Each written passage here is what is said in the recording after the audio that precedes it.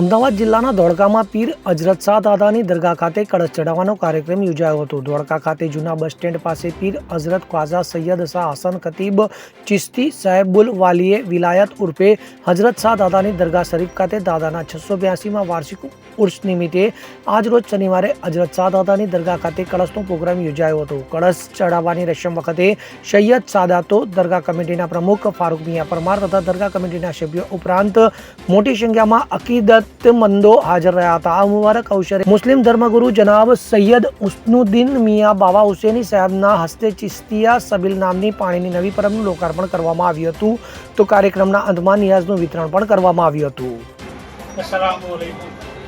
आज रोज हजरत पीर सैयद ख्वाजा हसन खतीब चिश्ती रहमतुल्लाह अलैह જે ધોળકા એસટી સ્ટેન્ડની પાસે આપનો મજાર શરીફ છે તેના 682માં ઉર્સની શરૂઆત આજરોજ ચાંદ 11 જિલકાતના રોજ મજાર શરીફના ઉપર રહેલ કળશ મુબારકને ઉતારી અને એને વિધિપૂર્વક એની કામકાજ કરી ફરીથી ઉપર દાખલ કરવામાં આવેલ છે।